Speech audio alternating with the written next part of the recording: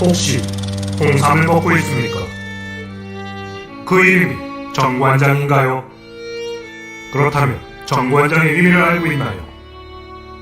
조선 총독부 정부에서 관리하는 포장제품, 그 유래를 아시나요? 1922년 전후 조선 총독부의 보고서에 의하면 해외 한인 홍삼 장수들의 홍삼 판돈이 독립작업으로 들어가고 있는 상황이 심각하다는 내용이 포함되어 있습니다.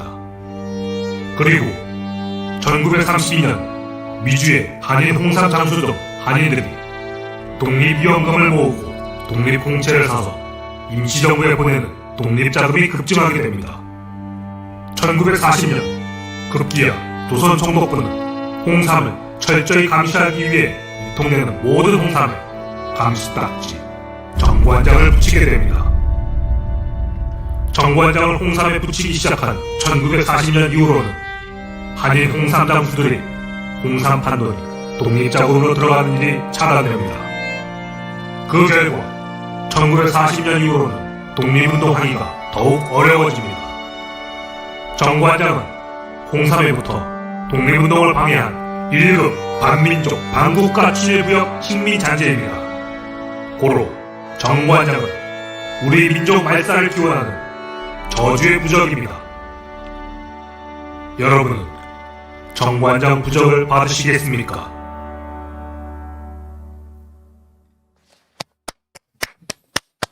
네, 시청자 여러분 안녕하십니까? 자, 정관장 얘기를 지금 한 3주째인가요? 네, 세 번째인가요? 세 번째입니다. 네. 세 번째 지금 하고 있습니다. 정관장, 독립운동의 적입니다. 우리가 왜 이 정관장을 얘기를 하는지, 또 우리가 왜 정관장을 가지고서 문제를 제기를 하는지 우리 문성규 대표님 나오셨습니다. 안녕하세요. 안녕하십니까? 예, 우리 문성규 대표님 홍삼 독립운동본부 대표를 맡고 계시죠. 네. 네. 홍삼 독립운동본부가 뭐 하는 곳인지 잠깐 소개를 좀 해주시죠. 네. 금방 영상에서 보셨다시피 우리 홍삼 업계는 홍삼은 아직도 독립이 되지 않고 있습니다. 일제 조선 총독부가 우리를 말살시키려고 만들었던 그 이름 정관장이 우리 홍삼을 지배하고 있습니다. 그래서 우리 홍삼은 지금 식민시대에 살고 있습니다. 여기서 우리 홍삼이 빨리 벗어나야만이 됩니다. 그래서 그런 벗어나는 일을 하기 위해서 몇 사람들이 뜻을 모아가지고 지금 7년째 홍삼을 일제 식민 지배하로부터 독립을 시키자. 그래서 홍삼 광복을 이루자. 홍삼 정체성을 회복을 하자. 이런 뜻에서 홍삼 독립운동을 지금 전개를 하고 있습니다. 네, 그래요. 고맙습니다. 자, 아까 여러분들이 영상에서 이제 보신 분도 계시겠지만 일제시대 때 홍삼으로 독립운동을 많이 우리 독립군들이 홍삼으로 많은 독립운동을 하셨어요. 예. 조금 이따가 이제 윤봉길 의사에 관련된 얘기도 좀 해드리겠지만 이제 그러다 보니 일제가 홍삼으로 독립운동 자금이 독립군에게 홍삼 판매 자금이 독립운동 자금으로 들어가는 걸 차단하기 위해서 대한민국에서 판매되는 당시 조선에서 판매되는 모든 홍삼에 정관장이라는 딱지를 붙이면서 일제에서 이제 전체적으로 관리를 하게 되는 거죠. 그래서 네. 조선 총독부 정부에서 관리하는 포장 제품 이런 의미로 정관장이라는 이름이 쓰입니다. 그렇습니다. 그런데 아직까지도 이 정관장이라는 이름 자체가 쓰이고 있다는 거예요. 이게 일제의 잔재 중에서도 잔재입니다. 엄청난 잔재인 거죠. 예. 그리고 독립운동을 홍삼을 통해서 독립군자금을 마련을 했는데 이 독립운동을 막기 위해서 정관장이라는 브랜드 딱지를 사용을 했단 말이에요. 일종의 그렇죠. 부적 같은 거죠. 부적이죠. 네. 그래서 우리가 여기에서 이제 오늘도 오늘 이제 세 번째 방송입니다. 이 정관장에 대한 문제점, 그다음에 지난번 시간에는 이제 정관장에 대한 문제점에 대해서 계속 얘기를 했고요. 오늘은 홍삼으로 일제시대 때 독립운동을 했던 분들의 면면의 역사를 조금 알아보도록 하는 그런 시간을 좀 가지려고 합니다. 그래서 이제 조금 있다가 윤봉길 의사랄지 그다음에 이런 그렇죠. 얘기를 좀 할까 하는데요. 자, 홍삼 독립운동이란 어떤 건지 그 부분에 대해서 좀 말씀을 해주시죠. 이제 이 홍삼을 가지고 독립운동을 했던 이 역사가 아직 안 밝혀지고 있습니다. 그리고 그 다른 독립운동도 마찬가지입니다만은 독립의원금이라든지 독립자금을 그 비밀리에 냈던 우리 국민들은 숨어서 그 흔적을 지워야 됐습니다. 잘못하면은 독립운동가들이 공산주의자로 몰려가지고 네.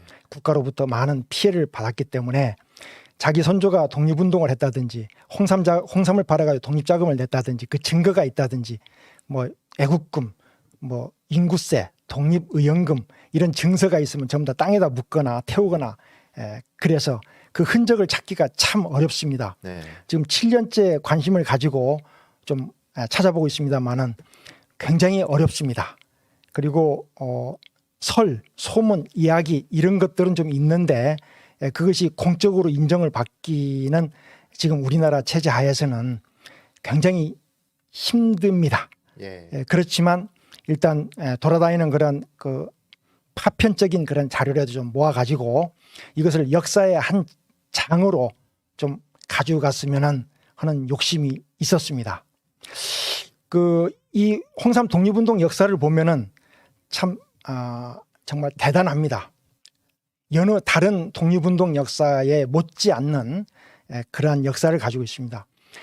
이것은 이제 우리나라 이민 역사하고도 관계가 있는데요. 그 이민이라고 한다면 뭐 미국 이민을 말하는가요? 아니면 그렇죠. 멕시코 이민 뭐 이런 예. 걸 말하는 건가요? 맨 처음에 공식적인 이민은 1901년 하와이에 네. 뭐 무슨 류라는 분이 거기에 간 것이 공식적으로 우리 한국인이 미국으로 간 첫 번째 공식 이민자가 돼 있는데 공식 이민이라고 한다면 그렇다면 비공식 이민도 그렇죠. 있는 건가요? 예. 예. 실질적으로는 1960년대부터 이민이 시작이 됐습니다. 1860년대부터. 예. 자, 그때가 어느 때냐면은 우리가 일본한테 많이 당했을 때쯤입니다. 당하기 시작하는 때쯤, 그 시점이죠. 그 분위기가 시작할 때쯤입니다. 그래서 1860년대부터 시작을 해가지고 1894년 요때 샌프란시스코의 131명이 예. 상해에서 출발을 합니다. 네네. 근데 그 131명 중에 89명, 89명이 인삼장수였습니다. 그러니까 우리 이민 역사와 그 인삼, 역사. 이제 여기서 말하는 인삼이라는 것은 백삼이나 홍삼을 말하는 것입니다. 인삼 전체를 말하는 것입니다. 우리 이민의 역사나 우리 홍삼 독립운동의 역사가 여기서부터 이제 같이 맞물려서 이제 돌아가기 시작하는 것입니다. 네. 그렇게 해서 이민 인삼, 홍삼 장수 하시는 분들이 주로 이민을 가게 됐는데 그 이민사를 보면은 1899년에 뭐 남자 22명, 1900년도에 남자 71명, 계속 늘어납니다. 1902년도에 뭐 남자 26명, 1901년도에는 남자 46명. 그래서 1905년도까지 하와이의 사탕수수 농장에 7,226명이 이민을 갑니다. 오, 7,000명이 넘는 사람이. 예, 그렇습니다. 그런데 대부분 하와이. 20대 총각들입니다. 그런데 왜 1905년이 그 횟수가 의미가 있냐면요. 일본 아이들이 하와이에 많이 삽니다. 그런데 우리 한인들이 하와이에 가면은 아무래도 일본 사람들하고 적대적인 관계를 맺고 싸우기도 하고. 1905년이면 그리고 경술국치가 일어나던 그 해 아니에요? 아닙니다. 을사늑약. 을사늑약. 예, 을사늑약. 예.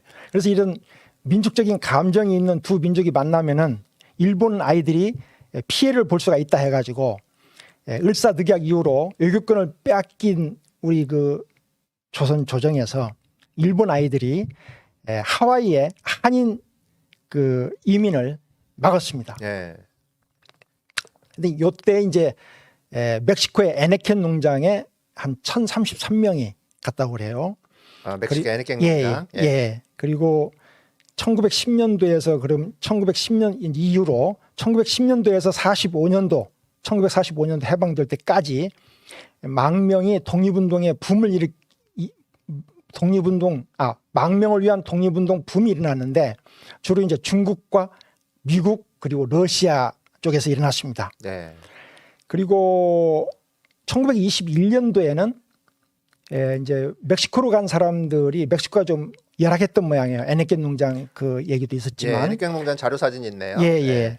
그래서 이제 쿠바로 거기서 이제 애니켓 농장 같은 데서 좀 견디기가 힘드니까 네. 멕시코에서 쿠바로 이제 이주를 합니다. 음흠. 그래서 한 1000명 중에서 1033명 중에서 300명 정도가 이주를 합니다.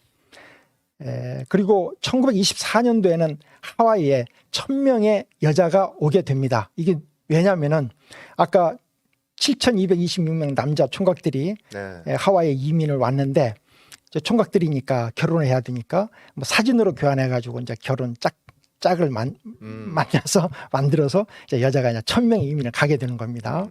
그리고 1930년대에는 만주국에 또 집단 이주를 하게 됩니다. 이때가 언제냐면은 일본 아이들이 만주국을 만들어 놓고 거기에 이제 그 개간을 하기 위해서 조선인들을 집단 이주를 시킵니다. 그래서 한 50만 명, 그때 당시 50만 명이 우리 그 이주민이었었는데 한 30만 명 정도는 이제 집단 이주자고 한 20만 명 정도는 이제 독립운동을 위해서 망명 온 그런 분들이었습니다. 네네. 그리고 1945년도까지 하와이에 6,500명, 미국에 3,000명 이렇게 이민자 통계가 나타나는데 주로 홍삼 장수를 하는 분들이 많았고 그리고 주로 샌프란시스코, 미주에서는 샌프란시스코가 중심이 됐습니다. 네.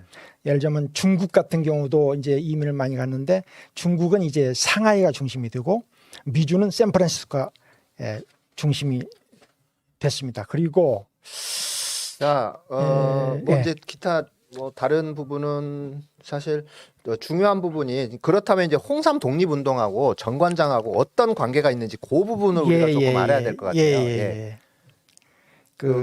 이제 그 1910년도에 예. 경술국치로 나라를 빼앗겼다는 소문이 나니까 예. 이렇게 이민간 주로 이제 홍삼 행상을 주로 했다고 그래요. 돈을 벌어서 매장도 만들었지만 이분들이 홍삼 판돈에서 조금씩 모아가지고 독립 자금을 댑니다. 임시정부하고 독립군들한테 그리고 독립운동가들한테 뭐 인구세, 그다음에 뭐 그 독립의연금, 뭐 독립공채 이런 방법을 통해 가지고 그런 것이 이제 그 발각이 됩니다. 그 조선 총독부에서 1922년도인가요? 그 자료 화면이 있을 텐데요. 네, 신보 그 자료 화면 말씀하시는 거죠. 예. 거기 보면은 그 상해 일일신문에 상해 일일신문 1919년 11월 17일자네요. 예, 그렇습니다. 예. 그 독립 조선인 독립운동가들이 인삼 행상으로 변장해서 항일 선전운동을 수행하고 있는데 중국어에 능통해서 체포하기가 어렵다. 그러니까 홍삼 행상하고 독립운동하고 관계를 이제 눈치를 채기 시작하는 겁니다. 예. 자, 그 뒤에 1920 몇 년도에 또 그 자료가 하나 있을 텐데요. 그때는 조선 총독부에서 본국에다가 이제 보고를 합니다. 실질적으로 1928년도인가요? 홍삼 장수들이 홍삼 판돈을 가지고 독립자금으로 되는 것을 우리가 심각하게 생각을 해야 된다. 네. 그래서 이 조선 총독부 그 미나미지로 이 7대 총독이 1928년인가? 그때에 보고를 합니다. 본국에 한인들의 홍삼 판돈이 27년도입니다. 한인들의 홍삼 판돈이 조선의 독립운동 자금으로 흘러들어가는 상황을 심각하게 생각해야 합니다. 이렇게 보고를 합니다. 네. 그리고 나서 이 친구가 1940년도에 그것을 그런 홍삼 판돈이 독립 자금으로 들어가는 것을 차단하기 위해서 그 감시딱지를 정관장에다 홍삼에다 붙이는데 그 이름이 정관장이었습니다. 네. 그래서 그 정관장이 나타나게 되는데 그 정관장이 나타난 뒤로 우리 그 독립운동에 아주 큰 영향이 생깁니다. 네, 어떤 영향이 생기는 건가요? 우선 두 가지 그 확인을 해봤는데요. 한 가지는 무장 독립운동이 급락합니다. 하여튼 그 급격히 줄어듭니다. 그러니까 정관장이라는 딱지를 붙이기 시작하면서 예, 예. 무장 독립운동 자체가 많이 예, 이제, 예, 예. 힘을 잃었다. 그렇죠. 그러니까 그렇죠. 우리 독립운동이 많이 힘을 잃었다. 예, 예. 그 얘기인 거고요. 예를 들자면은 1910년대에 한 제가 보니까 중요한 게 한 4건 강호규 지사가 사입도 총독에 폭탄 투척하고 홍범도 장군이 봉오동 정투를 하고 박재혁 의사가 부산경찰서 폭탄 의거를 네. 하고 김자진 장군이 청산리 싸움을 하고 이게 1910년대 일입니다. 20년도 일입니다. 그리고 1920년대 1921년도에 뭐 의열단 김익상 지사가 총독부에 폭탄을 투척을 하고 그다음에 상해 그 일육군 대장 암살을 시도를 하고 그다음에 김사고 1923년도에는 김상옥 의열단 단원이 종로경찰서에 폭탄을 투척을 하고 폭발하고 종로경찰서를 그다음에 1924년도에는 김지섭 지사가 동경에 있는 일왕 궁성에다가 폭탄을 투척을 합니다. 그러니까 이제 아무튼 1940년도 이전에는 굉장히 이게 막, 활발한 예, 굉장히 활발했습니다. 독립운동들, 이제 이런 것들이 되게 많이 있었죠. 그러니까 그렇습니다. 독립운동 그 자체가 사실은 그냥 과거엔 1919년에는 이제 만세운동 중심이었다가 19년도 이후에는 무장투쟁으로 이렇게 많이 바뀌었죠. 예. 네. 그리고 나서 아무튼 1940년에 정관장이라는 딱지를 붙이면서 그 무장투쟁의 역사가 좀 힘을 잃었다. 예, 뭐 그렇게 거의 보면 사라졌다시피 하는데요. 예. 마지막으로 제가 중요하게 생각한 게 1937년도에 예. 동북 항일 연군이 보천보 전투를 일으킵니다. 이게 최초로 국내 진입한 이 우리 그 항일 보천보 전투. 예. 독립군이 국내로 진입한 아마 최초의 전투가 아닌가 싶은데 네. 그 압록강 상류에 있습니다. 네. 자, 거기를 마지막으로 해가지고 의미 있는 전투가 안 보입니다. 이렇게 이제 줄어들고요. 그 다음에 이뿐만이 아닙니다. 그 임시정부의 재정 상황이 굉장히 급속도로 줄어듭니다.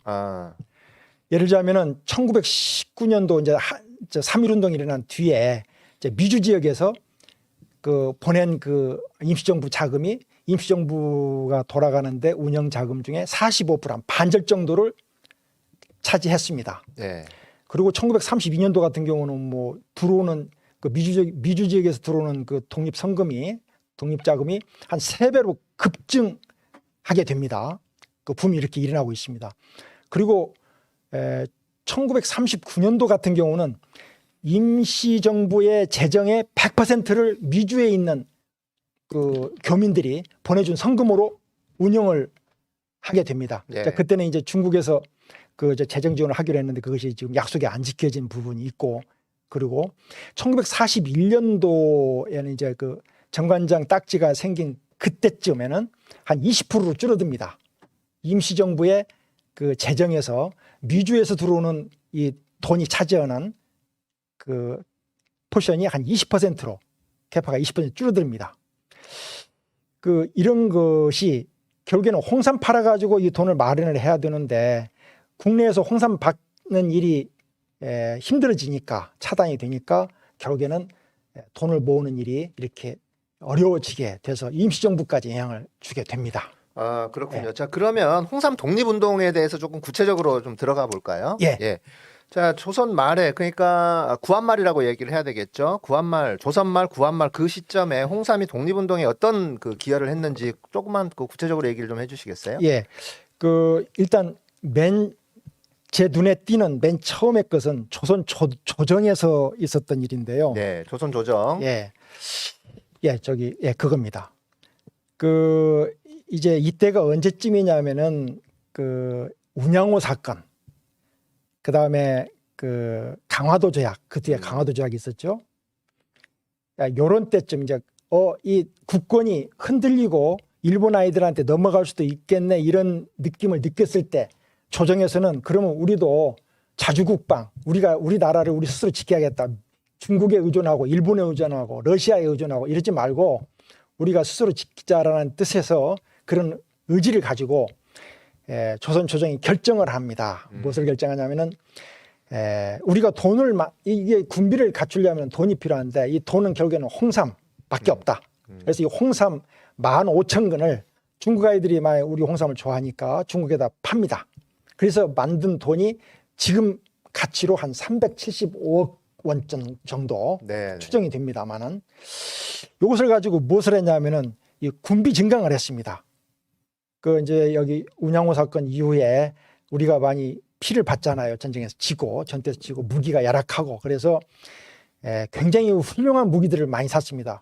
뭐 일본에서는 무라다총, 청에서는 청동포, 영국에서는 라이프총, 미국에서는 브릿지 로딩 소총, 네. 그다음에 탄약, 뭐 카틀린 기관총, 레밍턴 소총, 피바디 마리티니 소총, 뭐 탄약 20만 개 등 여하튼 이것만 가지고도 청이나 일본이나 이런 애들한테 충분히 대항할 수 있을 정도 뭐 명성 황후가 시해되는 그런 밤에 그런 일 같은 경우는 저것만 제대로 활용을 했어도 일어날 수가 없었던 일이었다고 저는 개인적으로 생각을 하고 있습니다만은 네. 특히 저 중에서요 그 카틀린 기관총 6문이 있습니다. 네. 이 성능이 굉장히 좋았다고 그래요. 이 총구가 6개가 있다고 그래요. 그런데 요게요 우리 조선 조정에서 준비하는 요것이 일본 아이들이 우리를 그 점령한 뒤에 우금치 전투가 있었습니다. 우금치. 예, 그 충청도에 그 동학군하고 광군 일본군 네. 연합군하고 근데 광군 일본군은 한 명도 죽지 않고 우리 동학군이 15,000명이 거기서 몰살을 당했습니다. 근데 그 몰살시킨 주 무기가 이 캐틀린 기관총. 그래요. 요거였습니다. 우리는 화승총 가지고 땅땅 쏘는데 쟤들은 기관총 가지고 쐈으니 한 명도 쟤들은 그 피해가 없었습니다. 우리는 15,000명이 거기서 전멸을 했습니다. 한 2만 명이 가가지고. 네. 하여튼 이런 그래 결국에는 그런 이제 슬픈 역사가 있지만 하여튼 준비는 훌륭하게 했었습니다. 네. 뺏겼지만 일본 애들한테. 자, 그러면은 어쨌든 고종이 또 당시에 이제 구한말에 그때 이제 대한제국 역사를 또 만든 사람이기 때문에 이 고종 얘기 또 좀 해봐야 될 것 같은데 고종은 당시에 이제 홍삼으로 어떤 역할을 했던 건가요? 예, 헤이그에 밀사도 보내고 네. 고종이 몸부림을 막 나름대로는 막 쳤던 것 같아요. 네. 우리가 고종을 너무나 유약하다고만 알고 있는데 그 역사적인 그 사료를 이렇게 보면은 몸부림을 많이 쳤던 것 같아요. 그 중에 하나가 독립운동을 위해서 중국에다가 홍삼 1만 근을 팔아가지고 51만 마르크 그러니까 현재 우리 250억. 가치로 250억 원 정도가 추정이 되는데요. 네. 그걸 팔아서 그 중국의 상해 덕화은행에다가 비밀리에 유치를 했어요. 시켰습니다. 네. 그럼 그런 가지고 이제 독립운동을 하려고 그런데 요것을 이완용하고 이토 히로부미가 눈치를 채고 가짜 증명서를 가짜 예금 인출 명령서를 위조해 가지고 그 전액을 인출해 갑니다. 이건 이제 명백한 절도 행위입니다. 이완용이가 나라를 팔아먹은 것뿐만이 아니라 이런 아주 못된 짓도 했네요. 대표적인 못된 짓은 많이 했습니다. 예. 이제 홍콩 상해의 덕화은행 사진이 있네요. 예. 덕화은행 사진. 네. 예, 저 은행입니다. 저기 이제 고종이 비자금을 이제 예치를 했는데 약 지금 돈으로 한 250억 정도를 지금 예치를 한 거를 그게 홍삼판 돈입니다. 홍삼판 돈을 이거를 이제 이완용이가 이제 삥땅 쳐먹어 버린 거죠. 예, 그렇습니다. 그러니까 개인적으로 그때 당시에 그 조선 조정에서 한 375억 원어치의 무기를 구입했고 그다음에 그 뒤에 고종 황제께서 한 250억 원 정도의 현찰을 은행에다가 비밀리에 집어넣어놨고 이것만 가지고 우리가 독립운동을 제대로 했으면은요 일본 애들하고 한번 붙고 저게 러시아나 중국처럼 이렇게 쉽게 넘어지지 않고 아마 그때 일본을 꺾었을랑가도 모릅니다. 그런데 정말로 쉽게 우리가 그냥 내어줬습니다. 그냥 제대로 싸워서 나라를 빼앗긴 게 아니라 그냥 나라를 바쳤습니다. 일본한테. 지난번에 그 무역전쟁, 무역도발했을 적에 조선일보라든지 몇 학자라든지 정치인들, 국회의원들이 항복을 하고 백기를 들고 일본한테 가서 무릎 꿇고 빌자 이렇게 얘기했던 거나 저렇게 무기를 준비해놓고 돈을 준비해놓고도 그냥 바쳤던 거나 일본 아이들한테 똑같은 지금 정신적으로는 일본한테 식민 시대에 살고 있는 정신적으로는 예속돼 상당한 있어요. 사람들이 네, 네, 상당한 사람들이 그런 많이 사람들이 있습니다. 많이 있죠. 예, 큰일입니다. 그래서 예, 청산해야 됩니다. 네, 요 일제 이 잘못된 이 역사가 아직까지도 좀 이어지고 있고요. 그리고 지금 뭐 일제 잘못된 역사가 몇면 이어지고 있는 그 정당에 오늘 또 최종 후보가 윤석열이 됐다는 것도 굉장히 좀 충격적이에요. 네, 그 어떻게 저렇게 그 부정부패 비리로 온갖 부패와 비리로 그 점철되어 있는 그 윤석열과 최은순과 김건희 이 사람들 저는 이 사람들은 지금 청와대로 갈 사람들이 아니라 감옥으로 가야 될 사람인데 어떻게 이런 사람이 전 대통령 후보가 되는지 전 정말 이 대한민국이 너무 미치고 너무 미쳐서 돌아간다는 예. 그런 생각밖에 안 아니, 드는 거예요. 거기에 대해서 제가 답을 드리겠습니다. 예. 왜 그렇게 됐는지에 대해서 제가 명쾌하게 답을 드리겠습니다. 다른 거 없습니다. 이겁니다. 이거 뭔지 아시죠? 왕, 예, 이 와. 부적 때문에 된 것입니다. 부적 때문에. 예. 윤석열의 왕부적. 요것 때문에 된 것입니다. 그런데 부적은 확실하게 이렇게 만들어내거든요. 결과를요. 네. 근데 정관장이라는 부적이 우리한테 또 어떤 결과를 만들어낼까 이게 나는 제일로 걱정이 됩니다. 그러게 말입니다. 자, 이제 계속 좀 본론으로 들어와서 예. 자, 국내에서 이제 그 홍삼 독립운동, 대한제국이랄지 국내랄지 이제 홍삼 독립운동에 했던 그 역사나 이런 그 인물들을 좀 소개를 해주시죠. 예, 예. 그 뭐 어마어마하게 많습니다만은 네. 흔적으로 남아 있는 게 사실 찾기가 힘들었고요. 예. 1905년에서 1940년도까지 37년도까지 그 자료를 좀 찾을 수가 있었습니다. 40년도 이후로는 끊겼습니다. 없습니다. 그래서 한 30여 분에 관련된 그런 것을 준비를 좀 했는데요. 권준이라는 분이 계십니다. 네. 이분은 그 경상북도 출신인데 신흥무관학교를 나왔습니다. 의열단에 참여를 했고 의열단원들이 종로경찰서나 총독부나 동양척식회사의 폭탄 투척 그 자금을 뒤에서 마련하는 역할을 맡았습니다. 아, 이렇게 의열단이 재정적으로 좀 공공했었고 당시에 그래서 그 자금을 마련하기 위해서 이분들이 투척하는 폭탄도 만들고 이러기 위해서 홍삼 행상을 합니다.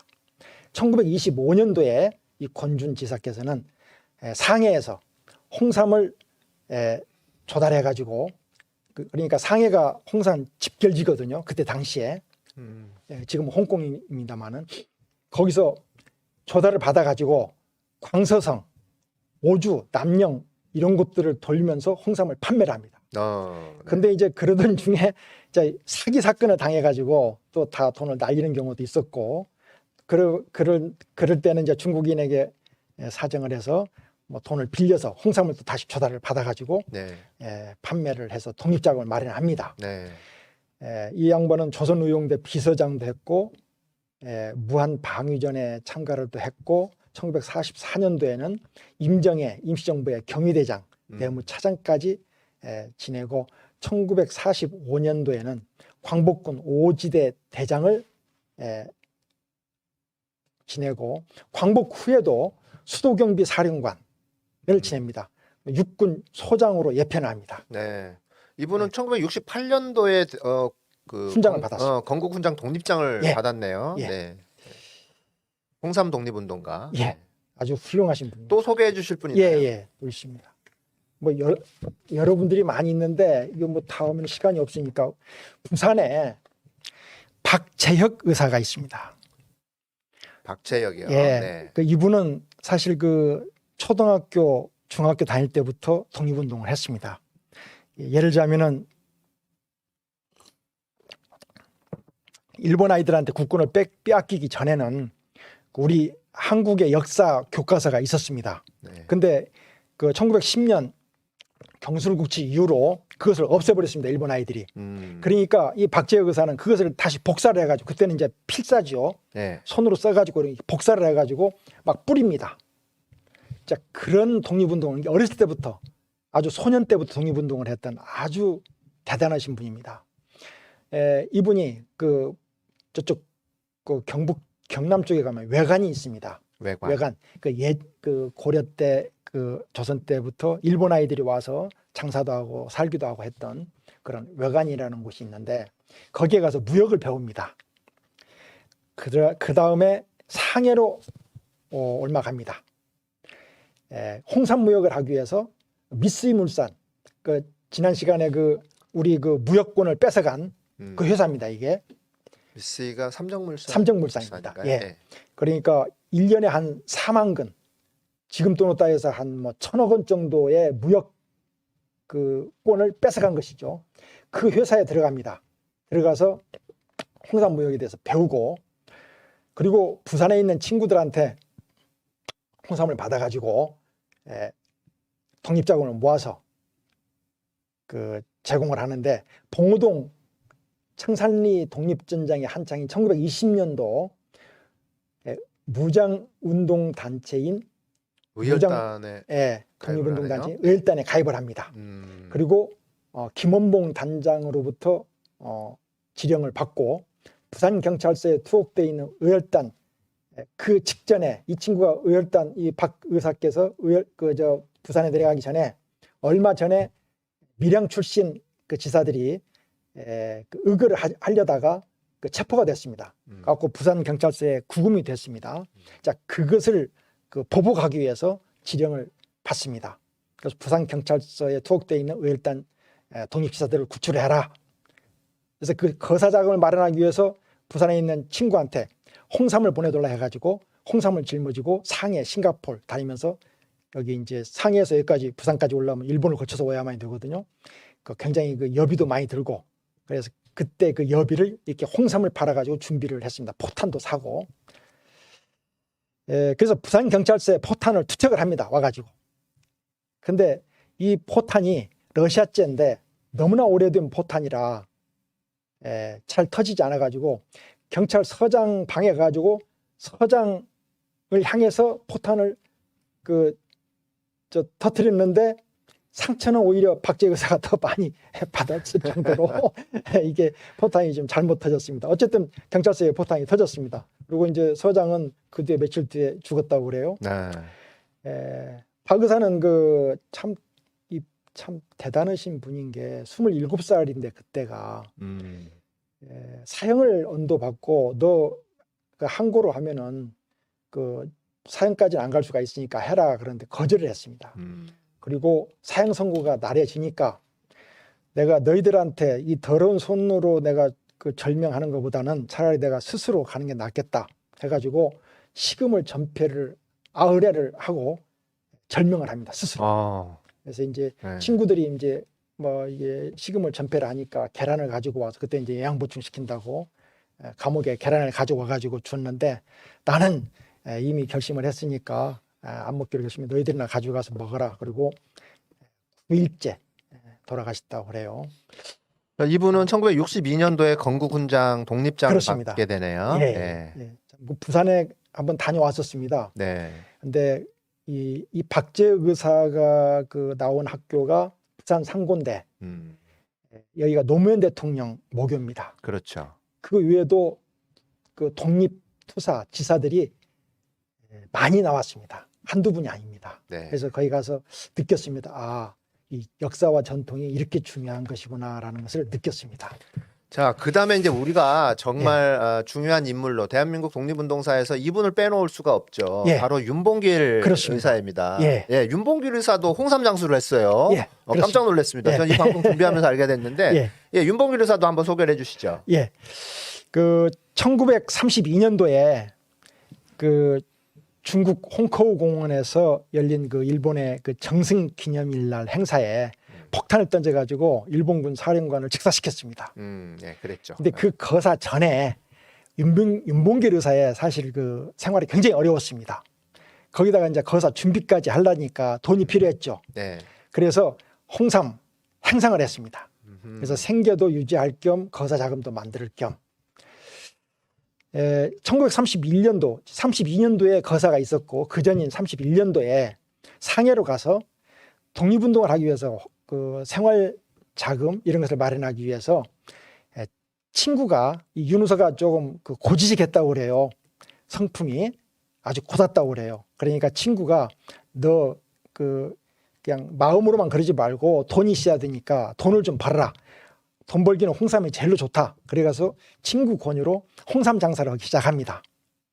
그런데 이제 이 친구가 이제 사유물자를 잘 모르니까 홍삼을 그 국내에서 싸게 받아다가 중국에다가 비싸게 팔아야 되는데 중국에 있는 그 약방에 가서 홍삼을 사다가 이 저 부잣집들 돌아다니면서 파는데 비싸게 팔 수밖에 없죠. 비싸게 샀으니까.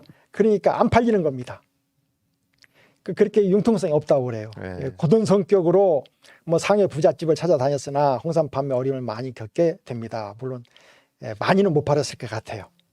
그렇지만 그 돈을 가지고 생계도 유지하고 거사자금도 만들고 모든 준비를 거사를 성공시키는데 지장이 없을 정도로 마무리를 했다고 합니다. 그러니까 이제 결국은 이제 홍삼판 돈으로 저기 예. 뭐 폭탄이랄지 이런 거를 구매를 예, 그렇습니다. 하고 그래서 결국은 홍삼 독립운동가 중에 한 명이다라는 그렇죠. 이제 그런 취지로 말씀을 하신 거죠. 근데 그렇죠. 윤봉길 의사의 손녀 윤주경 씨가 참 이 친일파의 소굴로 기어 들어간 것도 참 안타깝습니다. 아이러니합니다. 예, 안타깝습니다. 대한민국 민족 정기가 이따위밖에 안 된다는 거 너무 참 슬픈 일이에요. 서글픈 일이에요.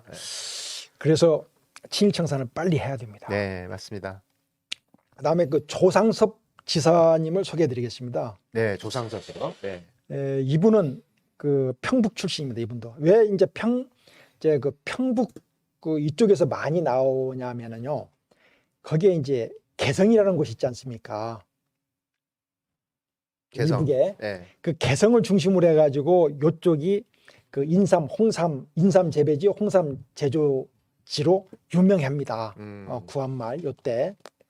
그래서 그쪽에서 홍삼 사업하시는 분들이 그 행상하시는 분들이 많고 행상하다 보니까 독립 그 의지가 생겨서 쉽게 돈을 가지고 있으니까 홍삼 팔아서 그 돈을 가지고 이제 바로 독립운동에 이제 투여를 하게 되는 것이죠. 이 양반은 또 목사입니다. 1919년도에 그 상해로 망명을 하게 되는데요. 왜 망명을 하냐면은 3.1운동에 가입을 했습니다. 이 양반이. 그러다가 쫓기는 과정에 상해로 망명을 하게 됩니다. 네. 그래서 무역회사를 설립을 합니다.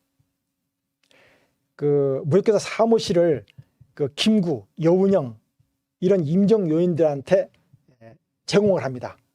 독립운동을 하시는데 이 사무실을 쓰십시오. 이렇게 제공을 합니다.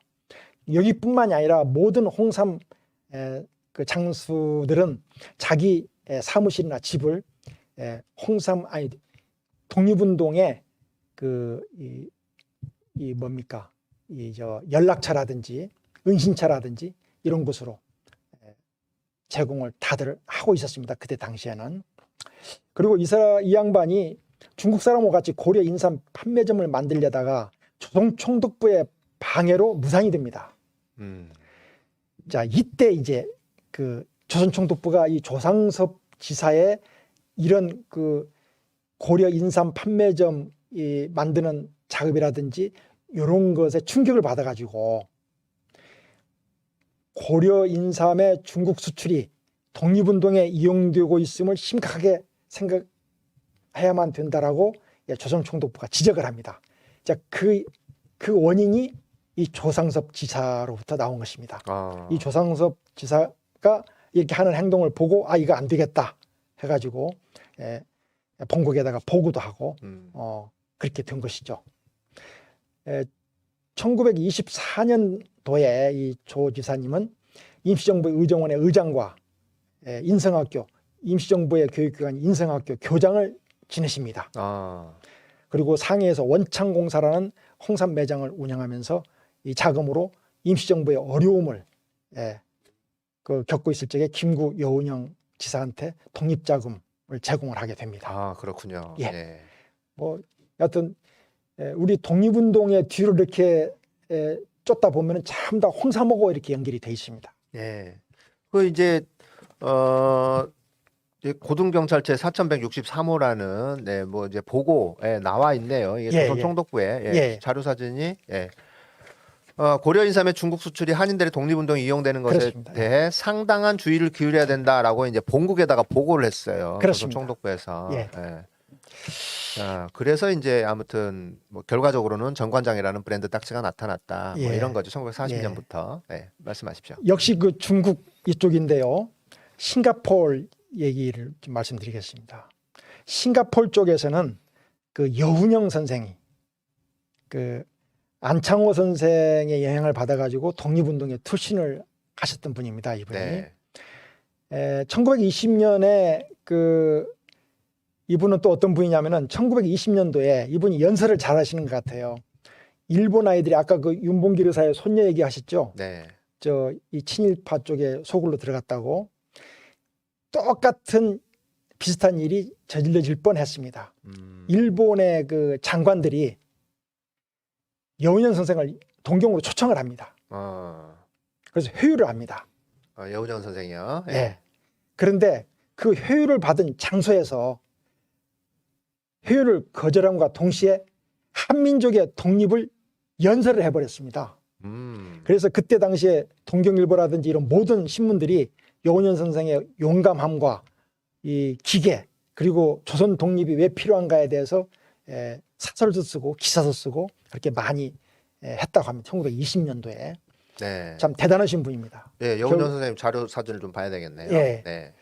네, 결국에는 암살을 그 당하셨는데 참 아까우신 분이죠. 그 저 대통령의 이 대통령의 여론조사에서는 1등을 하셨던 분인데 출마하셨을 때 그 이분이 그 러시아하고 관계가 있습니다. 그런데 1927년도 러시아 공사관 영사관에 근무를 했습니다. 이 양반이. 근데 중국하고 러시아하고 관계가 안 좋으니까 주중 그 러시아 영사관에 근무를 했는데 일자리를 잃게 됩니다. 러시아하고 중국하고 사이가 안 좋은 바람에. 그런데 독립운동을 해야 됐고 일자리를 잃었으니 돈이 없고 그래서 이제 그 돈 벌 수 있는 방법을 찾다가 1929년도 광주 학생 독립운동이 일어난 해에 개성인삼 300근을 이 국내 개성의 홍삼회사로부터 그 외상으로 받습니다. 독립운동 자금으로 좀 쓰려고 하니 우선 줘라. 이득금을 가지고 내가 쓰고 그 본금은 원금은 내가 돌려주겠다. 이런 식으로 해서 외상으로 홍삼 300근을 싱가포르로 가져가서 판매를 해서 그 근당 100달러면 당시에도 어마어마하게 비쌌다고 합니다. 독립자금을 이렇게 해서 마련을 했습니다. 한 근에 100달러면 지금도 비싸지 않나요? 100달러면은 10만 원이죠. 네.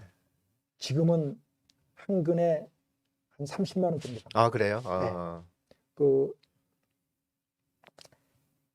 물가 인상률이나 뭐 이런 것들로 보면 그때가 훨씬 더 비쌌다고 얘기를 할 수가 있네요. 물론 이제 품질이 싼 것이 있고 비싼 것이 네, 있습니다만 그렇겠죠. 예. 보통 한 15만 원, 네. 뭐 괜찮은 것은 한 30만 원도 가고 있거든요. 네. 그런데요, 이 뒤에 또 일본의 그 모략이 있습니다. 경기도에 있는 조선총독부의 일본 경찰이 여운형을 사기범으로 몰아버립니다. 지금 뭐 고발사주라든지 뭐 대장동이라든지 이런 얘기하고 비슷합니다. 여운형이가 사기를 쳐가지고 홍삼 300근을 갖다가 그 팔아서 지가 쓰고 안 갚는다. 이렇게 사기범으로 몰아가지고 그 취조를 받습니다. 근데 나중에는 결국에는 이제 그게 아니라는 것이 증명이 돼가지고 풀려납니다만 어쨌든 여운형 선생도 어려운 때 독립 자금을 마련하는데 이 홍삼을 가지고 마련을 하게 됩니다. 뭐 하여튼 독립운동 뒤에는 꼭 홍삼이 있습니다. 그 다음에요. 자, 시간이 없으니까 좀 생략을 하고요. 생략을 하고 자, 중국에서는 주로 그렇게 했고요. 이제 미국으로 한번 건너가 보겠습니다. 자, 미주 지역에서도 남다른 뭐 중국 못지않게 열심히 그 홍삼 장수들이 그 독립자금을 모았는데 강명화 선생이 계십니다.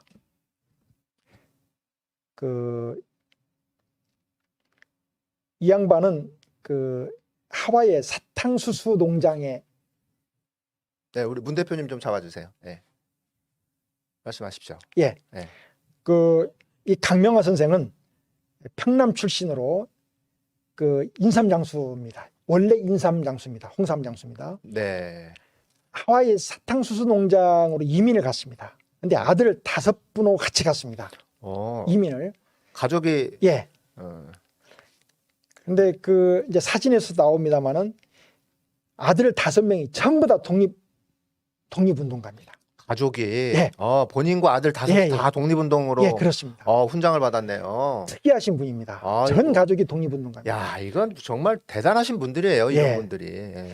그 사탕수수 밭에 이민을 왔는데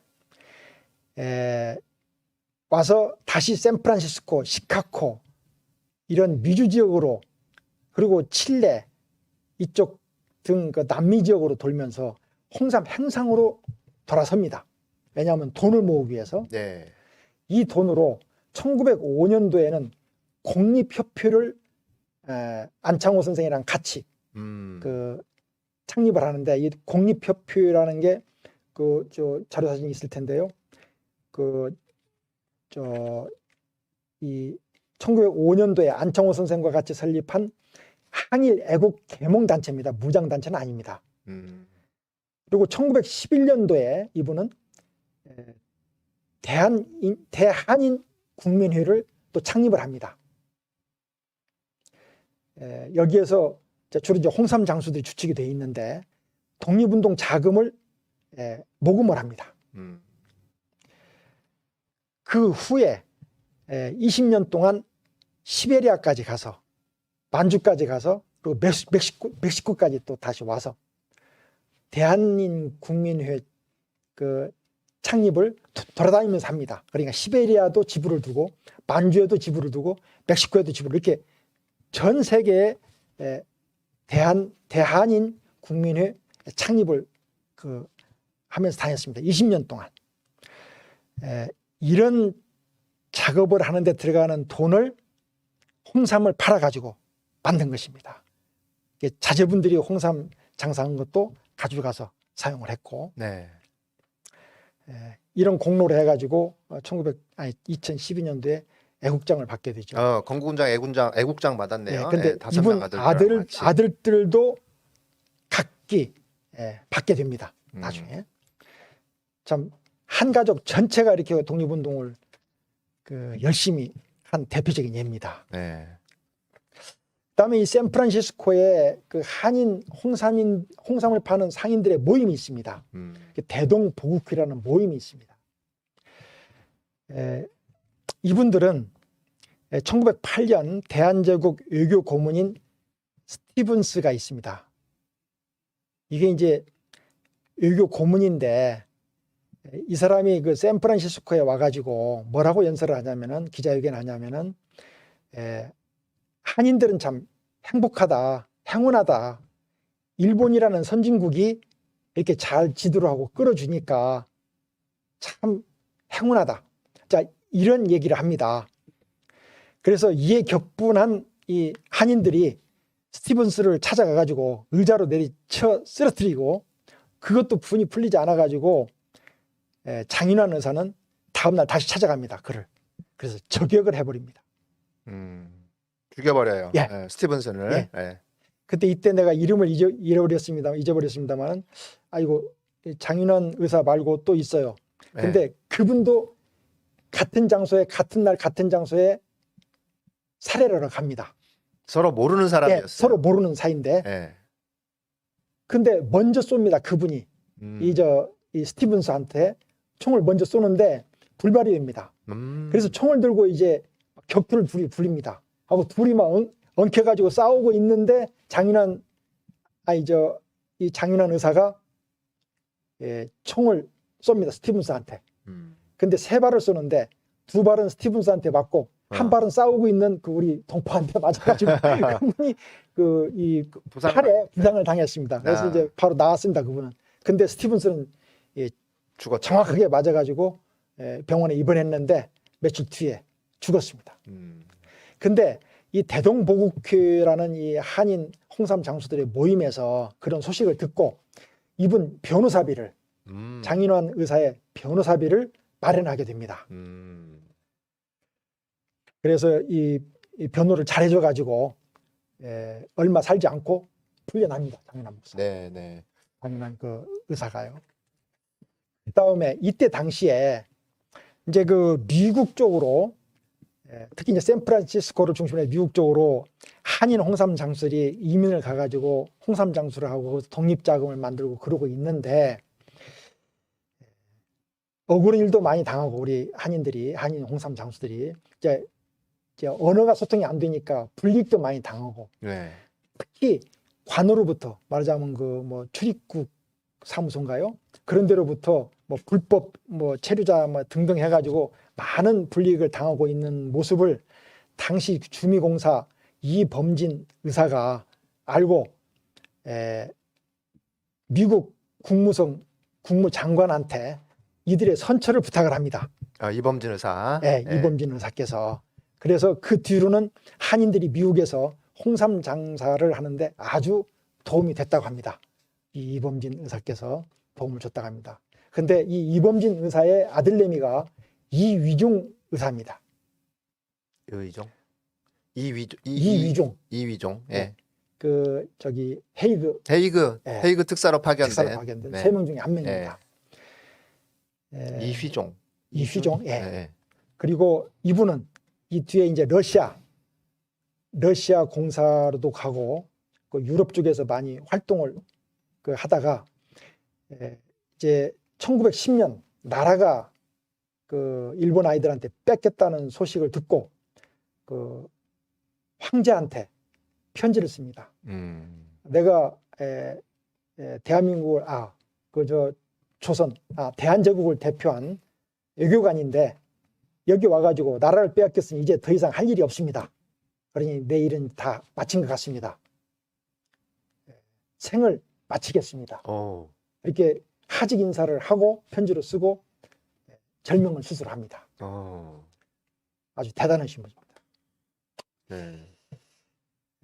그래서 이분 덕택에 한인 홍삼 장수들이 미국에서 홍삼 장수를 별 불편 없이 하게 된 것이죠.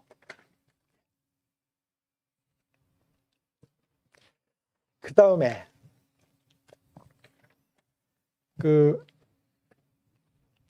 아까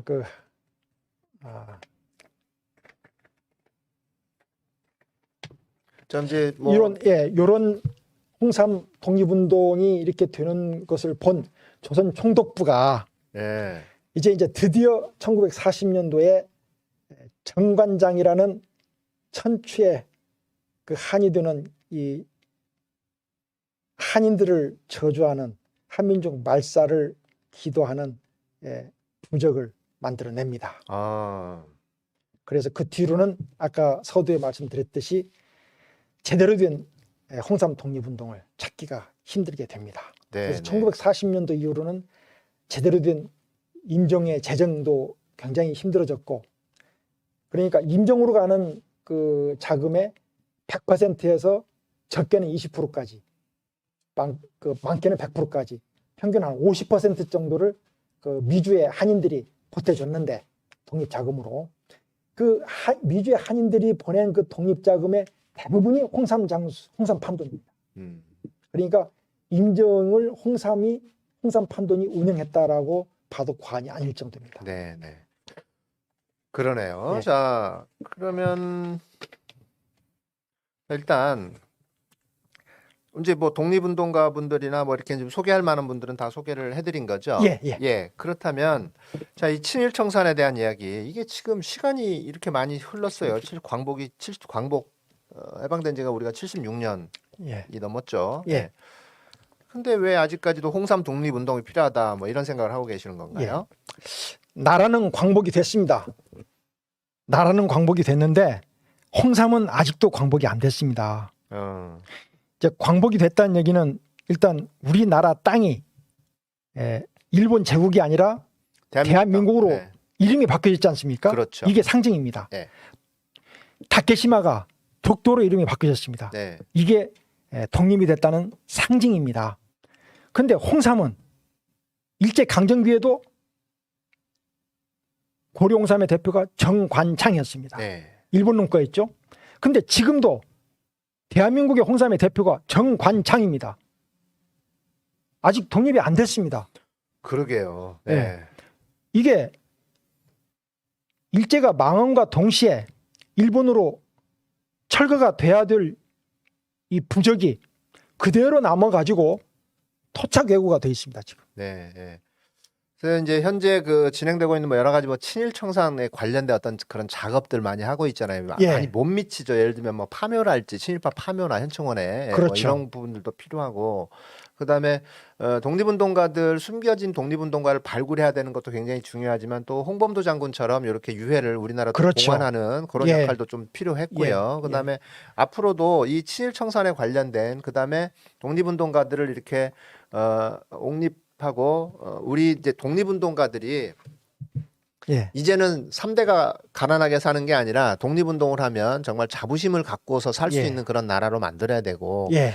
그다음에 부역했던 사람들은 정말 철저하게 그 부역자들의 후손의 재산까지도 이제 다 그 환수를 좀 해야 되는 예. 그런 역할들이 좀 남아 있는 것 같긴 해요 아직까지. 자, 예. 그게 그다음에 친일청산입니다. 예. 그렇다면 이제 홍삼으로 친일청산한다는 그런 의미는 또 어떻게 되는 건가요? 예. 그 현재 진행되고 있는 친일청산은 완벽한 온전한 친일청산이라고 보지 않고 있습니다. 네. 예. 예를 들자면은 조선총독부의 건물을 부숴버리고 없애버린다. 뭐 비석을 뭐 친일파들의 비석을 없앤다. 친일파가 심어놓은 나무를 뽑아서 없앤다. 동네 이름을 바꾼다. 이런 등등의 일들은 많이 벌어지고 있는데 그건 물리적인 친일청산이라고 생각을 합니다. 네. 눈에 보이는 가시적인 내지는 네. 물리적인 친일청산입니다. 근데 그것만이 친일청산으로 국민들이 잘못하면 착각을 할 수가 있습니다. 근데 진짜 친일청산은 그것에 보태가지고 더 나아가서 생활 속의 친일청산. 네. 우리 법조 용어 중에 일본 잔재가 어마어마하게 많이 있다고 합니다. 법률 용어의 대부분이 사실은 예. 일본식 용어죠. 예. 우리 고유 언어가 있는데 네. 일본 문자나 언어를 사용하게 됩니다. 이거 안 됩니다. 이 머리 좋은 사법고시 패스한 양반 중에 다만 한 명이라고 나타나가지고 그 법조문을 전부 다 우리 순수한 우리나라 말로 바꿔내야만 됩니다. 그리고 우리가 실질적으로 이 하루 세끼 먹고 사는 거 일상생활에서도 마찬가지입니다. 뭐 대표적인 예가 우리가 지금 얘기하고 있는 홍삼을 날마다 먹지 않습니까? 근데 이 홍삼을 먹는데 야 정관장 좀 갖고 와 좀 먹게. 이건 정관장이 일제 잔재거든요. 일제 부적이거든요. 한민족을 죽이려고 말살시키려고 망하게 만들려고 했던 저주스러운 부적인데 우리가 홍삼 먹을 때마다 정관장이라는 부적이 이름을 부릅니다. 네. 이거 청산해야 됩니다. 그 다음에 생활청산을 넘어서 다시 정신적인 친일청산도 해야 된다고 생각을 합니다. 지금 이 정신적인 친일청산이 이제 친일청산이 마무리가 되는 친일청산이라고 저는 개인적으로 생각을 하는데요. 이제 예를 들자면은 일본 아이들이 무력 도발을 하니까 무조건 항복을 하자, 백기를 들자, 무릎 꿇자, 사정을 하자. 그래야지 우리가 피해를 적게 본다. 싸우는 것보다는 차라리 그렇게 하는 게 훨씬 더 적게 본다. 이런 생각을 가지고 있는 게 패배의식이거든요. 예. 식민의식이고 이것은 왜 그런 생각을 할 수밖에 없냐면은 우리는 항상 일본 아이들 발밑에가 있고 일본 아이들은 우리 머리 위에 항상 있다. 그러니 우리가 일본을 넘나보면 안 된다. 넘어설 수가 없다. 이런 생각입니다. 이 식민지의 어떤 그 노예 근성인 거죠. 그렇죠. 노예 근성. 예. 마지막으로 그 정신적인 친일청산까지를 했을 적에 이 친일청산이 온전하게 마무리가 될 것이라고 생각을 합니다. 자, 그런 의미에서 네. 홍삼을 가지고 친일청산을 한다는 의미는 생활 속에 홍삼을 우리가 생활 속에서 먹고 있지 않습니까? 생활 속에서 먹는 이 홍삼의 이름을 바꾸자. 왜 일제 잔재 이름을 쓰느냐. 우리가 날마다 먹는 홍삼인데 그 부적인데 우리 망하도록 기원하기 위해서 만든 그런 이름인데 저주스러운 부적인데 이게 생활 속의 진일청산이고요. 일본 우리가 이길 수가 있다. 왜 일본을 항상 우리는 항상 일본한테 제하면 된다라고 생각하느냐. 이 정신적인 일본으로부터 벗어나는 이 정신적인 진일청산 이것을 꼭 해야만 되는데 홍삼을 가지고 한번 해보자 이겁니다. 홍삼의 이름 하나도 못 짓는 너희 한민족이 도대체 뭐가 잘났다고 그러느냐라고 일본 아이들이 지금 얘기할 수가 있습니다. 홍삼 종주국 아니냐 너희가. 그런데 그 홍삼 종주국의 대표 홍삼 이름이 바로 우리 일본 것이다. 얼마나 얼간이라고 생각을 하겠습니까 우리를. 그렇죠. 네, 네. 맞습니다. 자, 그렇다면 네. 우리가 여기서 도대체 왜 홍삼이 정관장이 문제가 있는지, 그다음에 왜 정관장을 부적이라고 하는지, 정관장이라는 그 브랜드 자체가 왜 문제가 있는지 우리가 영상 하나를 좀 보고 가도록 할게요. 네, 우리는 참 네, 영상 준비됐나요? 네, 한번 보겠습니다.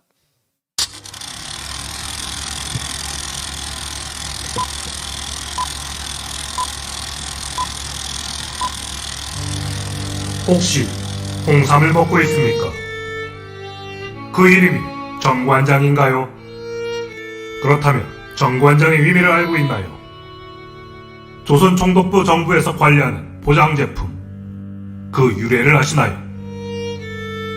1922년 전후 조선총독부의 보고서에 의하면 해외 한인 홍삼 장수들의 홍삼 판돈이 독립자금으로 들어가고 있는 상황이 심각하다는 내용이 포함되어 있습니다. 그리고 1932년 미주의 한인 홍삼 장수 등 한인들이 독립위원금을 모으고 독립공채를 사서 임시정부에 보내는 독립자금이 급증하게 됩니다. 1940년 급기야 조선총독부는 홍삼을 철저히 감시하기 위해 유통되는 모든 홍삼에 감시딱지, 정관장을 붙이게 됩니다.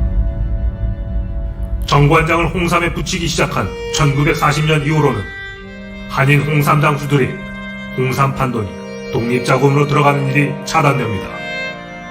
그 결과 1940년 이후로는 독립운동하기가 더욱 어려워집니다. 정관장은 홍삼에부터 독립운동을 방해한 1급 반민족 반국가 친일구역 식민잔재입니다. 고로 정관장은 우리 민족 말살을 기원하는 저주의 부적입니다. 여러분은 정관장 부적을 받으시겠습니까? 자, 정관장 부적. 자, 보통 이제 우리가 부적이라고 하면 예. 윤석열의 왕 뭐 이런 것들이 생각나고요. 이게 부적입니다. 이게. 예. 자, 부적이 어떤 건가요? 부적이라는 것은 역사적으로 고대로부터 있었다고 그래요. 예. 그리고 현재까지 있답니다. 특히 그 축구 선수들, 주식하시는 분들 이런 분들만 부적을 사용하는 게 아니고 대통령 출마자까지 부적을 사용하고 있습니다. 그리고 그 부적을 사용한 대통령 출마자가 야당의 대통령 후보로 이번에 당선이 됐습니다. 그러니까 야당의 후보로 나왔죠. 최종적으로 후보가 된 거죠. 네, 예, 최종 야당 후보가 후보. 됐습니다. 대통령이 된 건 아니죠. 네. 이제 부적을 가지고 대통령까지는 절대 갈 수가 없습니다. 그냥 부적은 부적입니다. 예. 단 피해는 줄 수가 있을 것 같습니다. 이제 예를 들자면은 바람을 피우는 남편이 있었답니다. 예전에. 근데 이 남편으로 하여금 바람을 못 피게 하기 위해서 여자가 이 점쟁이를 찾아갔답니다. 그랬더니 남편의 그 인형을 만들어서 침으로 막 어느 한 곳을 특정된 부분을 막 쪼아댔답니다. 그 뒤로 남자가 남자 구실을 못하고 바람 피우는 일이 끊어졌다는 이 옛날 이야기가 있습니다. 옛날에 뭐 부적에 관련된 전설이 많이 있죠. 예. 그리고 몸속에다가 그것을 넣어가지고 다니면은 말하자면 상대방을 해하기 위해서 만든 부적을 상대방 몸속에다가 집어 넣어주면은 그 상대방이 뭐 비실비실 하다가 결국에는 죽게 된다든지 뭐 그런 일들이 많이 있습니다. 성경에도 무슨 머리털 하나 뽑아가지고 무엇을 뽑아가지고 힘을 쪽 빠지게 만들었다든지 이런 것이 다 이제 부적과 같은 그런 역할을 하는 일을 하는 것이죠. 그래서 지난 시간에도 한번 그 정리를 했습니다만은 부적을 사전을 찾아보니까 자기가 기원하는 바를 이루게 해준다는 괴력이 있는 그 문자나 그림을 그린 종이. 자, 요게 이제 부적이랍니다. 그래서 이 부적은 몸에 지니거나 하면은 틀림없이 그 목적, 그 기원하는 바를 이루게 만들어준다라고 합니다. 네, 그렇다면 정관장은 왜 우리가 부적이라고 얘기를 하는 거죠? 예. 저주스러운 부적이라고 하는 이유가요. 예.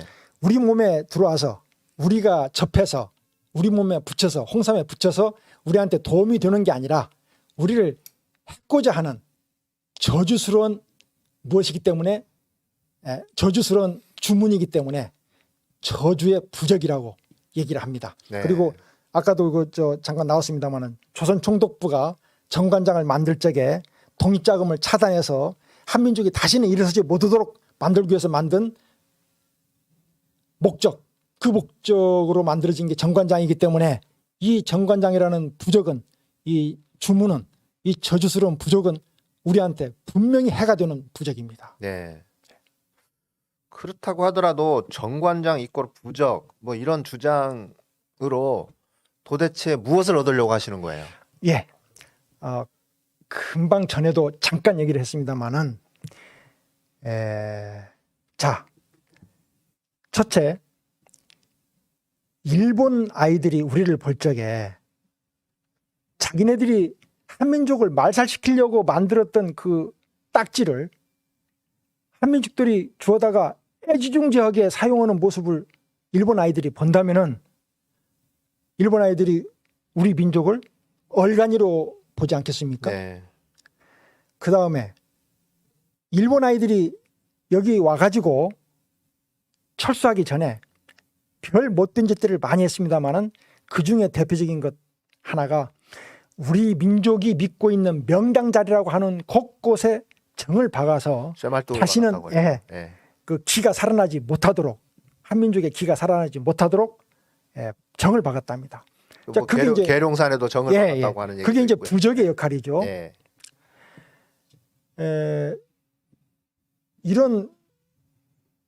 그런데 지금 우리가 이 정관장이 무엇인지도 모르고 쓰는 이 모습으로 하여금 일본 아이들이 우리를 짓밟을 수 있는, 아주 간단히 짓밟을 수 있는 민족이라고 생각할 수 있는 생각을 하게 만들어준다든지, 네.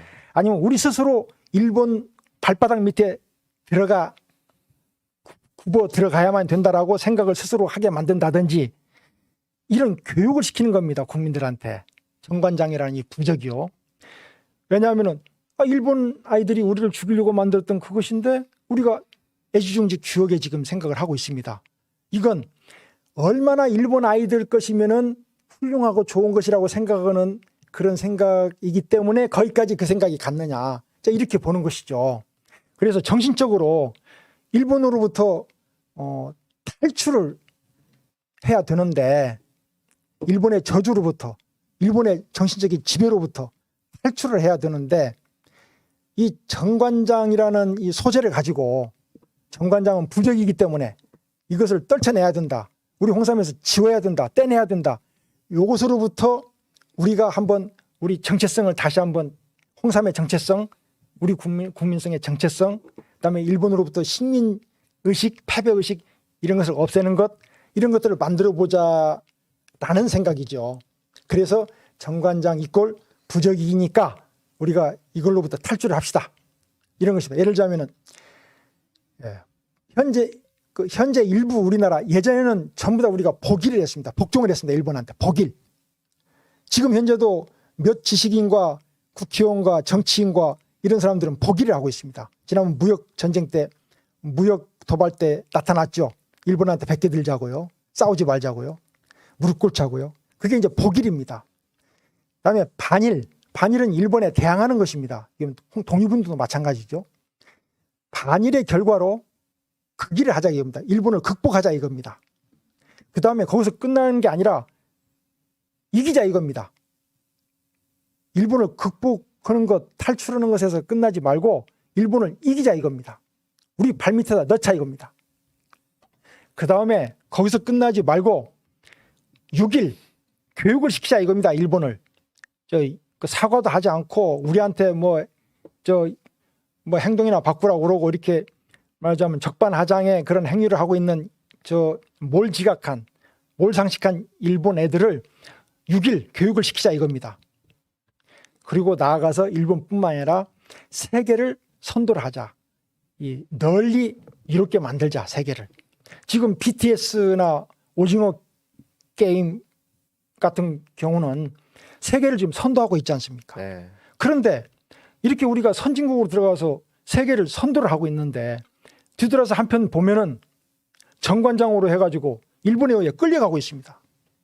지금 대한민국이라는 거대한 흐름에 지금 역행을 하고 있는 게 이 홍삼의 정관장입니다.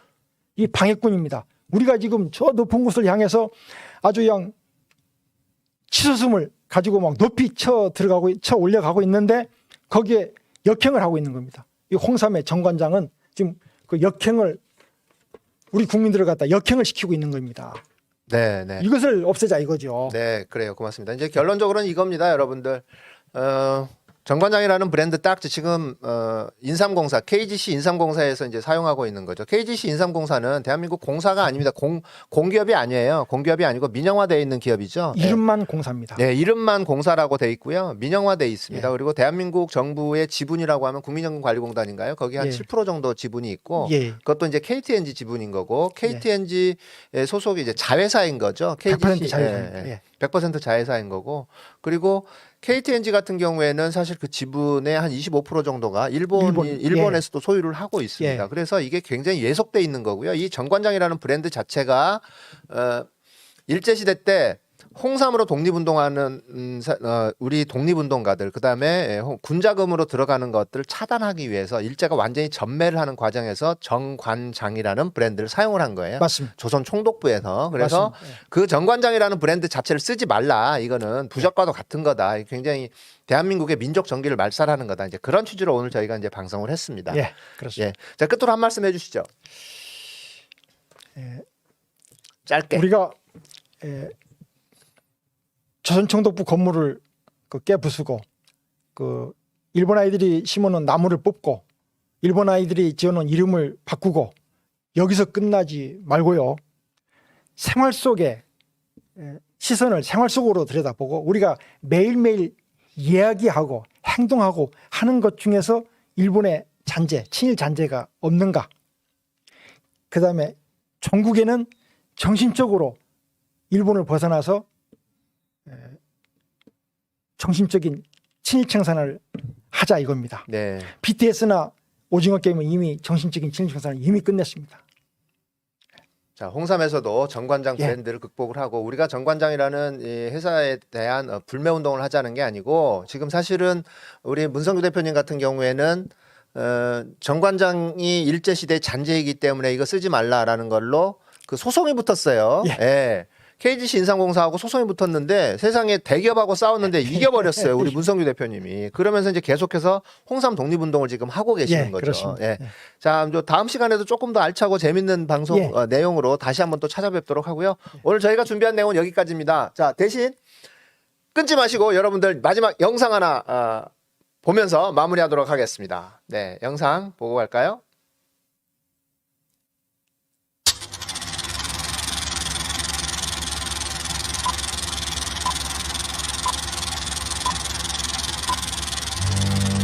혹시 홍삼을 먹고 있습니까? 그 이름이 정관장인가요? 그렇다면 정관장의 의미를 알고 있나요?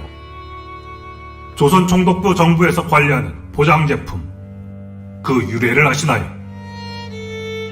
1922년 전후 조선 총독부의 보고서에 의하면 해외 한인 홍삼 장수들의 홍삼 판돈이 독립자금으로 들어가고 있는 상황이 심각하다는 내용이 포함되어 있습니다.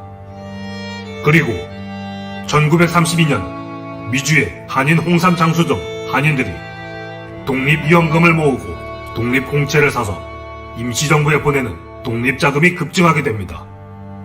1940년 급기야 조선 총독부는 홍삼을 철저히 감시하기 위해 유통되는 모든 홍삼에 감시딱지 정관장을 붙이게 됩니다. 정관장을 홍삼에 붙이기 시작한 1940년 이후로는 한인 홍삼 장수들이 홍삼 판돈이 독립자금으로 들어가는 일이 차단됩니다. 그 결과 1940년 이후로는 독립운동하기가 더욱 어려워집니다. 정관장은 홍삼에부터 독립운동을 방해한 1급 반민족 반국가 친일부역 식민잔재입니다. 고로 정관장은 우리 민족 말살을 기원하는 저주의 부적입니다. 여러분은 정관장 부적을 받으시겠습니까?